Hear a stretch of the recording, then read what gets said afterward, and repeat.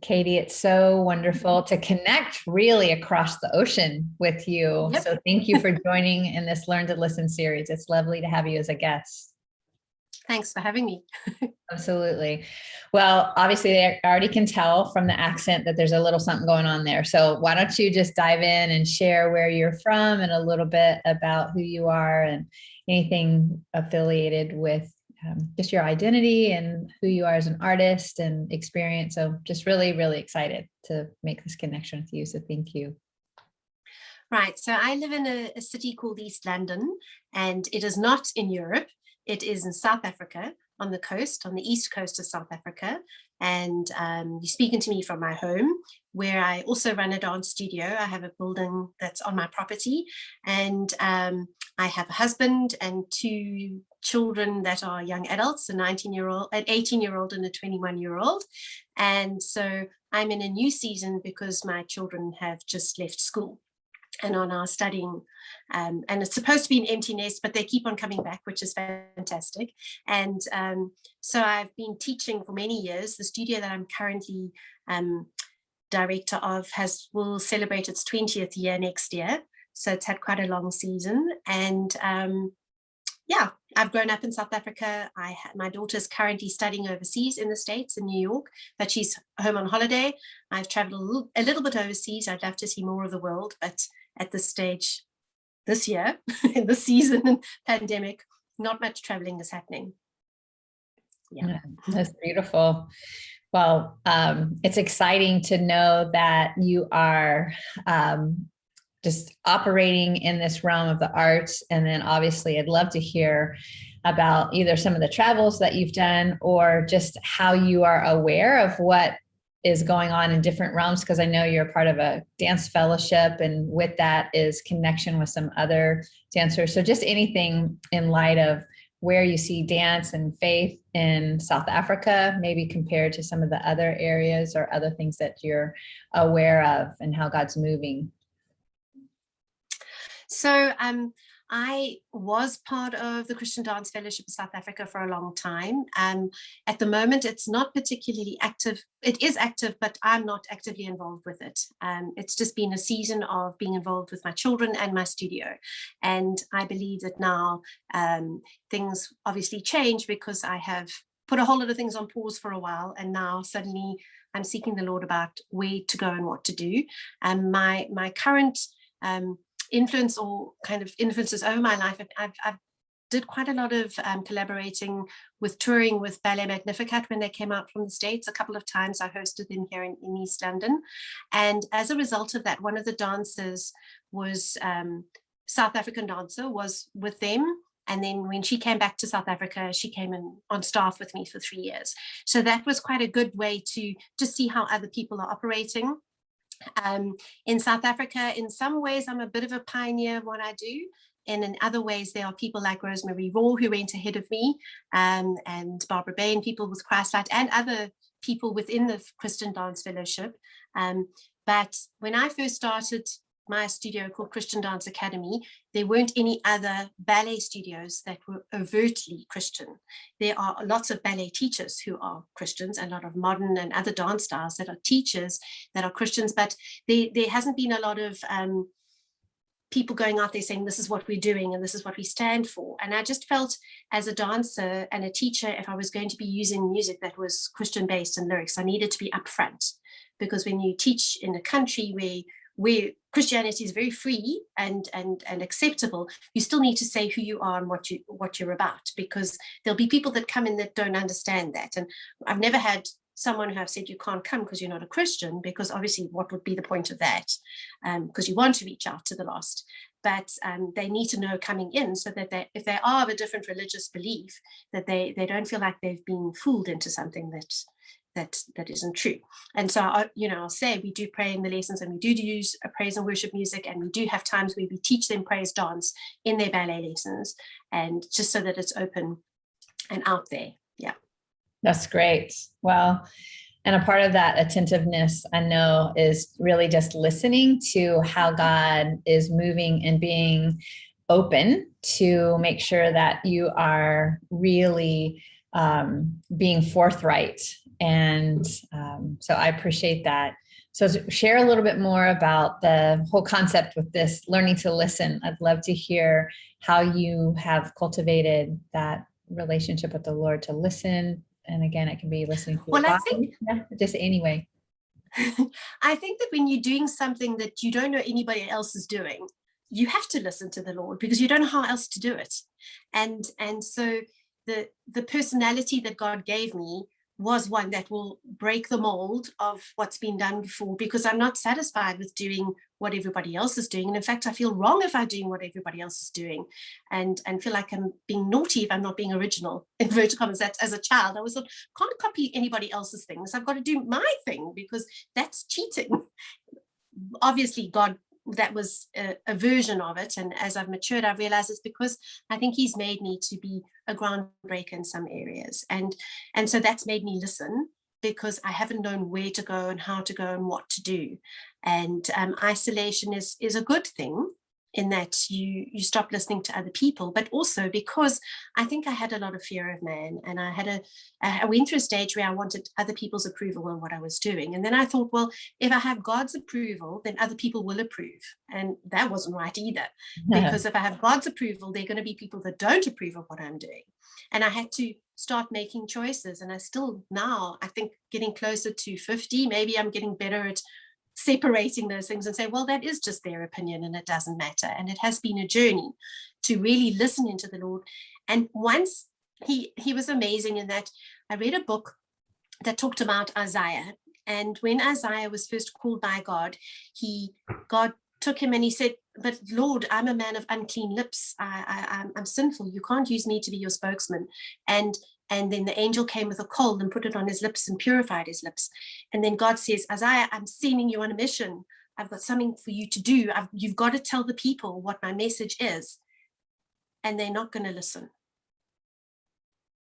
And you're not going to be successful. And I thought, wow, this is Isaiah, who we know as the one who proved Christ was Christ. When we look at scripture, when people talk about Jesus, Prince of Peace, Wonderful Counselor, all those scriptures that we know Jesus was Jesus because of what Isaiah said. If Isaiah hadn't been obedient to God and done what he'd been called to, even though he was not going to be successful in his generation, we wouldn't really have been able to know that Jesus was Jesus if we didn't have those scriptures to go back to.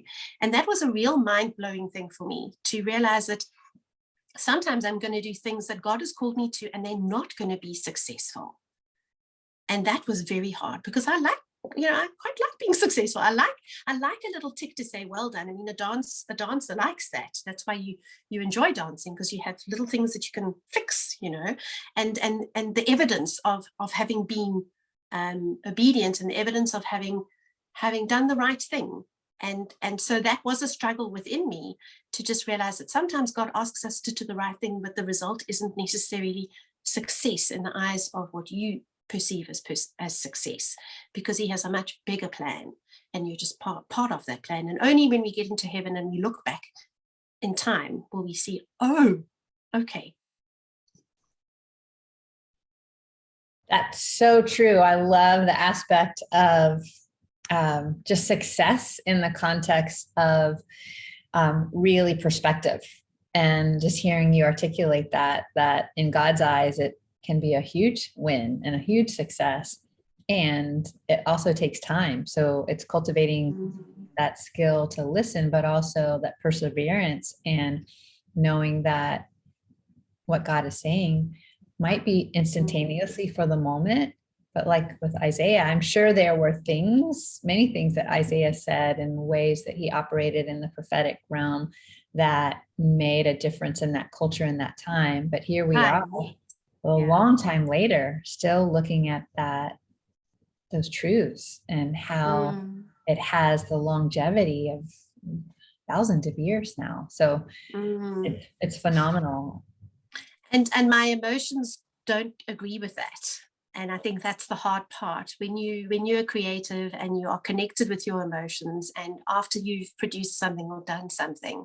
And I'm not saying that there are things that haven't worked, but they haven't always reached the potential that I thought they would. and to realize that what you do goes on beyond the time that you actually do it.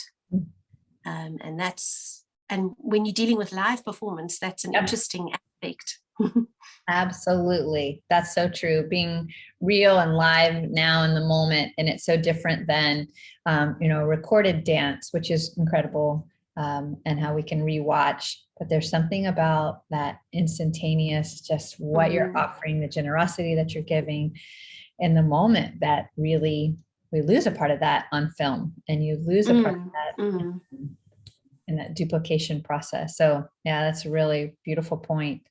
So we know Isaiah was quite an incredible leader and had to navigate through contending with not necessarily going along with what was popular at that time. And I know, as you're articulating, that you have experienced that yourself, that as a leader, there are things that you feel like you've heard from the Lord, and it might not have been so popular. And so you've had to cultivate leadership skills and probably gotten a little tough in your skin to contend with that. Share about that. Yeah. Well, the problem is I'm not tough.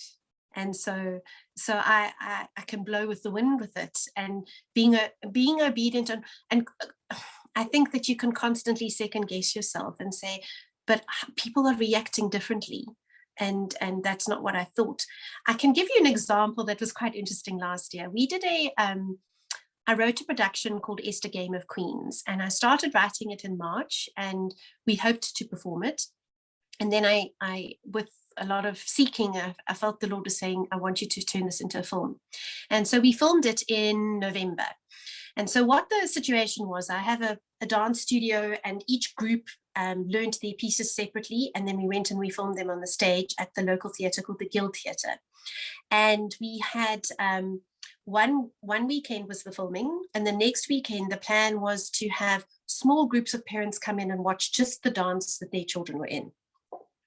And so a week before we had the first performance, the filming, during my quiet time, there was a scripture that had come up, a pre-planned reading that I was doing, and it was talking about Paul. And now I really should have looked this up so I know, but I think he was in the city of Corinth. I can't remember where he was, but there was a warning that when he was going to go into the theatre, because there were a whole lot of non-Christians who were very upset with losing money in the market, because some of the Christians were saying the business that you're involved in is not what we're interested in. People selling idols, people selling things for sacrifice, all sort of things that were obviously, as a Christian, you didn't want to do anymore. So it was really affecting the income.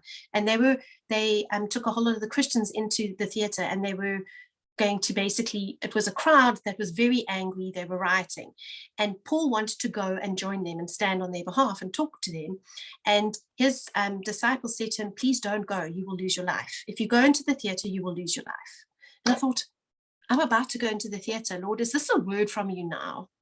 Am I meant to be not going into the theatre this weekend? Is it going to be a problem? Is it going to be a super spreader event with COVID? What's going on? And I discussed it with someone on staff with me, and she said, Kati, is that the first thing you've heard about that? And I said, yes. She said, if you get more people saying that, then you know the Lord is speaking. We went and we filmed. The next week, on the Wednesday night, I had 2 staff members over, because one of them had just qualified for her certificate in ballet teaching with RAD, and we were supposed to go out for dinner to celebrate. And just before that, I got a phone call from one of the ballet moms whose husband was on the task force for our city, and she just said, Kati, I'm sorry, my daughter cannot dance this weekend. The numbers are sky high. We are about to hit. Just in this last week, there has been a huge amount of increase in infections, and my husband is just saying, if you can just delay by 1 month, it will make a big difference. And I knew I couldn't delay by 1 month, because we were about to go into what we call our summer holiday. So I had this debate, because the teacher was coming over for dinner. We actually decided to get takeaways. I thought, we can't go out to a restaurant now. She's just given me this information. I had this long debate about what to do. The next morning, this was on the Thursday night. On the Friday morning, I had another phone call from another mother whose husband was also a doctor. I said, Kati, we don't know. We don't think this is a wise thing. Don't think it's a good idea to get people going into the theatre. I said, Lord, what?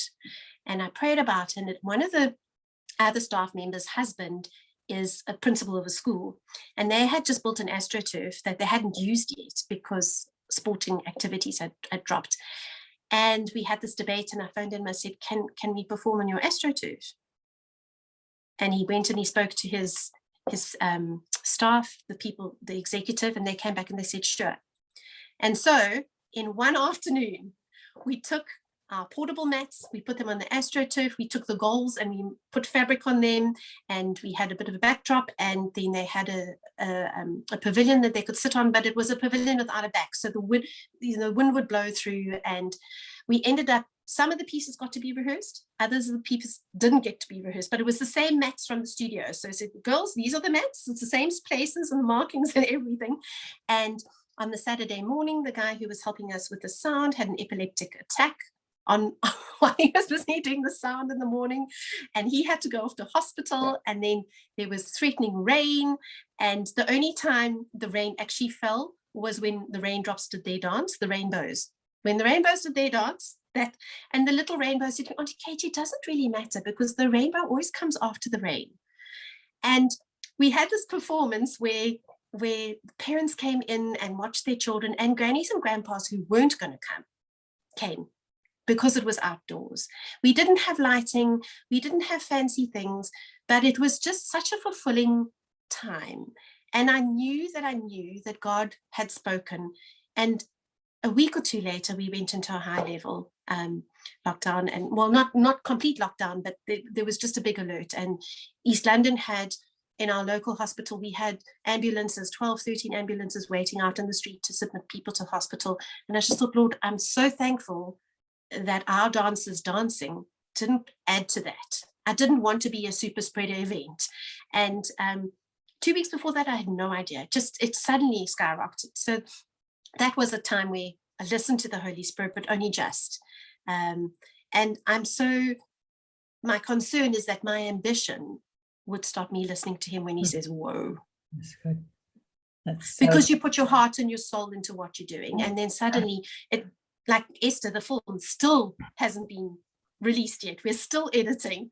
And I'm so frustrated because we're hitting the beginning of our third wave, and I wanted to do a premiere and get the students to all come in and watch in a socially distanced way. And now they've just reduced the number of people that we can have in a public space. And I'm like, that's not what I had planned. And so who knows what God has planned, but I guess I have to go back and say, okay, well, maybe it's meant to be in homes. Maybe everybody's meant to be sitting on their couch watching it rather than a nice big glitzy event. Not that I've ever done anything like that before, but it was new and an exciting thing to do. And now it's not going to be. Well, I'm so sorry to hear both the disappointment and that you all are having a third wave come around now. It's just devastating. And I think in some areas where we feel like we're not having the next wave or the next wave coming, that it's hard to identify, but we've got to remember back to some of the challenges and tumultuous times, and also just the hope and promises that we cling to in God, that he'll bring us through. And thank you for sharing about that. And I trust, and I'm going to look forward to staying in connection and hearing when you do get to release it, if it's going to be I'll send you a link. I'm excited to watch, but I'm assured that it's God's perfect timing. And when we really look in our own lives at that, God is never early, God is never late, God's always right on time. And remembering that even in the midst of what our agenda is or what our plan is. So you have a daughter that's been over to the States and studying, and I know you have connections with people in other areas of the world. How do you feel like there's variances in dance, or what do you feel like God is doing in particular? And it can be in dance, or just what do you think God's up to today in the world, and how might the arts be a part of that? I think that during lockdown, people have realized how important it is to nurture their soul, and that social media has really been fascinated with dancers and how they have kept themselves going. And it's given dancers a voice that they've never had before, I think. And I think that people have had insight into the determination that an artist has to get their work out there, and to just the fulfillment for themselves, that even in a time when they weren't able to perform, they were still keeping going because it was important to their just being alive. And I'm interested to see what comes out of this. I think that there's some artists that have now taken a completely new direction, and the others that have been more solidified in their purpose and their sense of how God will use them. I haven't had that much connection with other dance groups. Because I've been so busy trying to survive, if that makes sense. But it has made me look at what some of the other dance companies are doing. I've at a watershed time where I need to decide what I do with DaySpring Dance Company. I don't know what it looks like. I'm really in a time of seeking the Lord, saying, what is this about? I've always had a hope in my heart for, and I believed it was a vision from the Lord for a company that is able to employ Christian dancers full time. It hasn't happened. It's had lots of setbacks. We've had beautiful moments where we've done productions, like I did one 2 years ago called The Issue of Blood. And you just build and you build. And the problem is that sometimes you have girls that are at school and then they go away to study, or they, in their last year of high school, need to focus in on their academics because of what the other things that they want to do. And so then it drops down again, and then we have to build again. And I'm trying to work out whether that's what DaySpring's meant to be, or whether it's meant to start a program, a trainee program, or look at training teachers. I'm an ideas person, so I have to be careful of all these things popping around and just honing in on where God is calling me for which season, because there are different things in different seasons. And so I'm currently studying a master's in dance education, and I've just finished my first year, and I'm hoping that will help clarify what the next season is. As I choose my dissertation, I think that will give me a direction in which way to go. Yeah. And so I think God is doing different things. I think he's shaking the world about what church is and how church works, and what it really means to be the Church of Christ. And we're all a little bit scared because the way it was set and the way it used to be is no longer. Our church has actually just had our senior pastor retire, and we don't have a senior pastor. How does the church work without one? Or what does a church look like? And we're like, well, you have to have a leader, but they're saying maybe not. And that's a little bit scary, I think. Yes, good point about that part of things not looking like what they used to look like, and how valuable it is for us to learn that. And really, I was just having a conversation with a good friend just earlier about, if we're dependent on God putting new wine in the new wineskin, if we're dependent on God and his mercies that are new every morning, there's something about that newness that we are uncomfortable with, and we like the repetition, or we like the familiarity of something that is, able to be in a system or structure or order.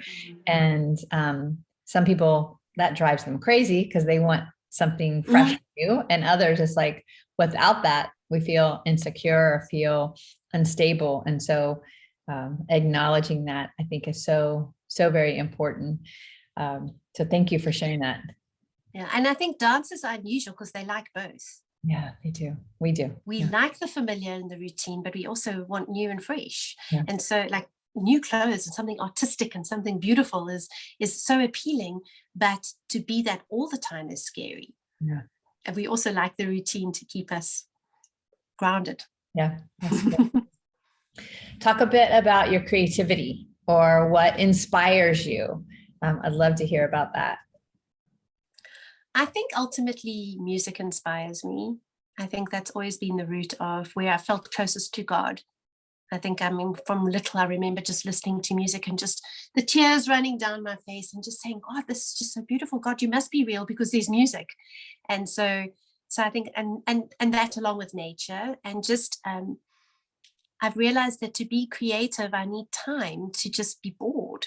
I think that those two are very connected. And as a friend of mine says, to pour from a full cup rather than an empty cup. But there are times where I'm like when we did Esther, I have never worked so hard in my life doing Zoom classes, trying to choreograph, trying to put a production together. Eventually we're back in the studio, trying to do costumes, trying to film something, and I've never filmed before, trying to choreograph with children in little blocks. So sometimes my creativity is provoked and inspired when I'm given limits, which I find quite interesting, because then I think, well, like, there has to be a way. What is the way around this? How can I do this? There must be a way. Lord, how is this? Show me. And so rest is important, but sometimes actually desperation is important too, because you realize, well, there's got to be a way, and well, let's see where this goes. When I was in primary school, junior school, we had a really interesting enrichment program where they talked about ideas and how to deal with ideas, and they had a really interesting way of doing it. And I think that this has formed how I create. It was about you take your situation, you define what your problem is and what you want to solve. Then you define what your criteria are, and then you forget about the criteria and you leave it to the side, and then you start brainstorming, and you brainstorm from one thing to the next, and you let the one idea lead to the next one, lead to the next one, and lead to the next one, which terrifies my husband, who's an engineer, because he was like, no, but that one's not going to work. No, that's also not going to work. And then I just get challenged, like, well, what about this? And what about that? And let's try this. And eventually I said to him, stop telling me what's wrong with it and let me go with it. And then eventually you come up with your 5 best ideas, because sometimes the original idea that you have doesn't work, but it's a spark that leads to the next one, that leads to the next one, that leads to the next one. So you actually have to, in psychology terms, I talk your critical parent, you have to say, shush now, stop being critical. I'm just going with this. I'm just playing. Just because I'm playing doesn't mean it has to be. I'm just playing. And then you take your ideas afterwards and say, okay, now which suit my criteria? And the other way is to have your criteria and say, okay, now how, which is the opposite, these are my criteria. How am I going to get what I need to fulfill those criteria? But sometimes you'll have a very narrow view of where it can go and what it can do. Whereas if you have nobody telling you what's wrong with your idea, because you made it, because you thought of it, that's it. It doesn't matter. It has value. Whether it works or not doesn't matter. You thought of it, and that gives it value, because you are made in the eyes. You are creative because you are made by a creator. And that's, I suppose that's the way I approach most of my problems. Do you have a book? You need to write that book. Don't have a book. Well, I think that understanding that there are systems and structures, and when we look at the church and the traditional church, there's a liturgy. And so people can follow along with that and they feel comfortable. Or you might have a leader that's strong that might not always do the same thing every single week or every single meeting or gathering, but you'll trust them.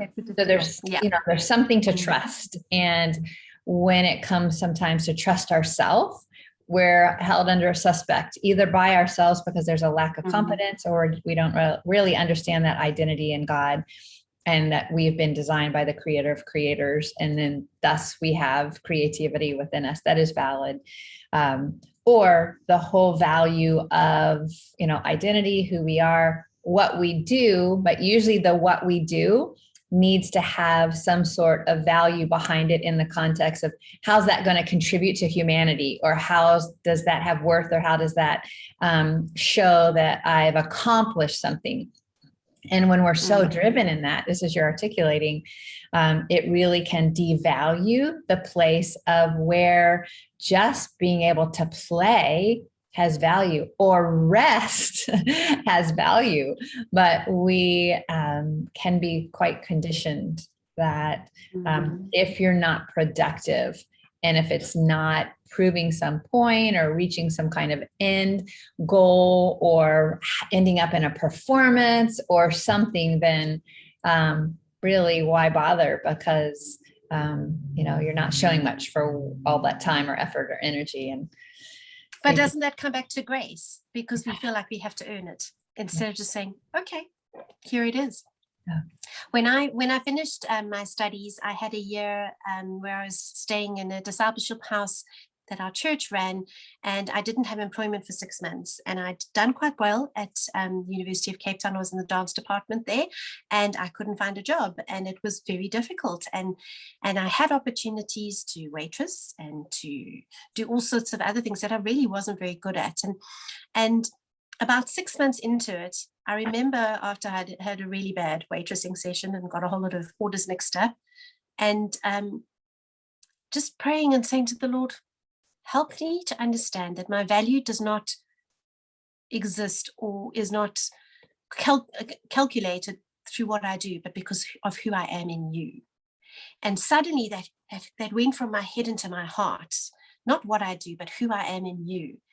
And then the phone rang, and there was a job teaching at a school dance, a whole new dance department at a school that had been approved in the January, but they hadn't told the school yet to interview people.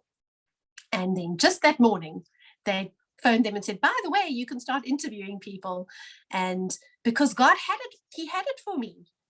I just didn't get it. And when I finally got my value is not in what I do, but who I am in you, I think that was an epiphany that for the rest of my life was going to set a ground standard. But he needed to do that because my habit is to dip into getting my value in what I do. And he just set it, and now he reminds me, remember. And when I get into a bad place, then he reminds me again. And I can't earn it. I can't. Jesus did that. He did it for me. He wants me to sit on the top of a mountain and bloom as a flower, even if nobody else ever sees me bloom. That it doesn't matter. So good to learn. I just still believe that's a life lesson that we need to have just like a stake in the ground. This is something that we know is an absolute, you see it, it's there, it's just in position. And I believe that's been even a little bit more under suspect during this whole pandemic time, and people trying to figure out, well, how can I have any worth or value because my job has shifted, or my identity is no longer what it was because my title is different, or what I'm contributing I'm not permitted to do that anymore. So I believe the church has gotten stronger and has become a little bit more redefined in being his, and that's enough. So thank you for reminding us of that. It's so important and so truthful. It is. Yeah, absolutely. But I need reminding myself, because I think the world tells you differently. Identity lies in what you can do, who you are, what you look like, what relationships you have, what you own, what impact you've made in the world. And that's not the truth. Yeah. Oh, okay. Write that book. Dance that dance, create that dance. That reminds us of it. Well, just in closing, I'd love to hear what else would you like to share, or just encourage leaders or believers or artists just in their own journey, besides this huge nugget that's so profound. So the three quick things. I'll end with the challenge. The first thing is, though, we've been watching CNN quite a lot when my daughter was stuck in New York, and especially March last year, and not knowing where things were going with her and whether she'd be coming home or not. And so we often ended up watching Amanpour. I don't know if you know her, but she's a presenter. I was stuck in London, and she ended up presenting from home. And then she interviewed people, and I loved watching it because it was so authentic. It was so real. The lights weren't always good. She had beautiful artwork, but there was an intimacy that she was able to create with her interviewing. And then after a while, she was able to go back into the studio, and I got a little bit disappointed, because I thought, yeah, it looks professional. It looks slick, but the authenticity isn't what it was. Mm-hmm. It was really interesting, because I've often looked at my work and thought, well, it's not really of the standard of the other things that I've seen. And it's certainly not what the Russians are doing. It's not what Royal Ballet are doing. It's not what ABT are doing. And I've always felt that it didn't have value because of that. And this pandemic has taught all of us, I think, that being authentic, nothing matches that. You can be slick and professional and brilliant, but if your heart is not in the right place, and if you're not able to make yourself vulnerable, as an artist, you don't actually touch the other people. And it's when you are real, when you allow people that little window into your strengths and weaknesses and fears and the things that motivate you, that you really actually touch the hearts of people. And it doesn't matter really what it looks like, which is a dancer like, oh, but it does matter what it looks like. But when the heart behind it comes through, that is of more impact. And that was a good eye opener for me to realize, well, the other thing that's linked with that is that earlier this year, I started putting some seed out in my garden for birds, and they loved it. Suddenly I had all these birds all over my garden, and even in the studio, I had a bird or two fly in and they would sing along. There was certain pieces of music that they were their favorite pieces, and you'd hear them chirping away in the background. And I got one that got stuck inside. And the Lord just said to me, he said, if you want birds, put out bird seed. What they need to survive, what makes them sing, what appeals to them, what they need for their very survival is food. So if you want them in your garden, put out the seed. If you want to attract them, put out what they're looking for. And that was a real eye-opener. I'm still unpacking that. I mean, it's such a simple little idea, but I'm really unpacking it and saying, well, Lord, what birds do you want me to attract? And what is that bird seed, on the whole more hypothetical level. And then the third thing was that I was just having a discussion with my daughter about it. There's a beautiful documentary called How Wolves Change Rivers. It's very short. It's on YouTube. Anybody watching? It's brilliant. It's brilliant. So brilliant. And ultimately, if you think that where you're at has no impact and you're just being yourself and being who God created you to be, don't underestimate the ramifications of being you and how you affect things way beyond. And probably you will never know. So maybe we're making a full circle back to Isaiah. I mean, he's in heaven because he looked forward to the cross, but he didn't know for a season where that would go. He didn't know, but now I'm sure he knows. And you have an impact, and those wolves had no idea what they did to the rivers. And so go and watch it. I can tell it to you, but I think you learn more, and the Holy Spirit will probably speak clearly to you as you watch it. So it's called How Wolves Change Rivers, and it's about the reintroduction of the wolves into Yellowstone Park in America and what effect that had.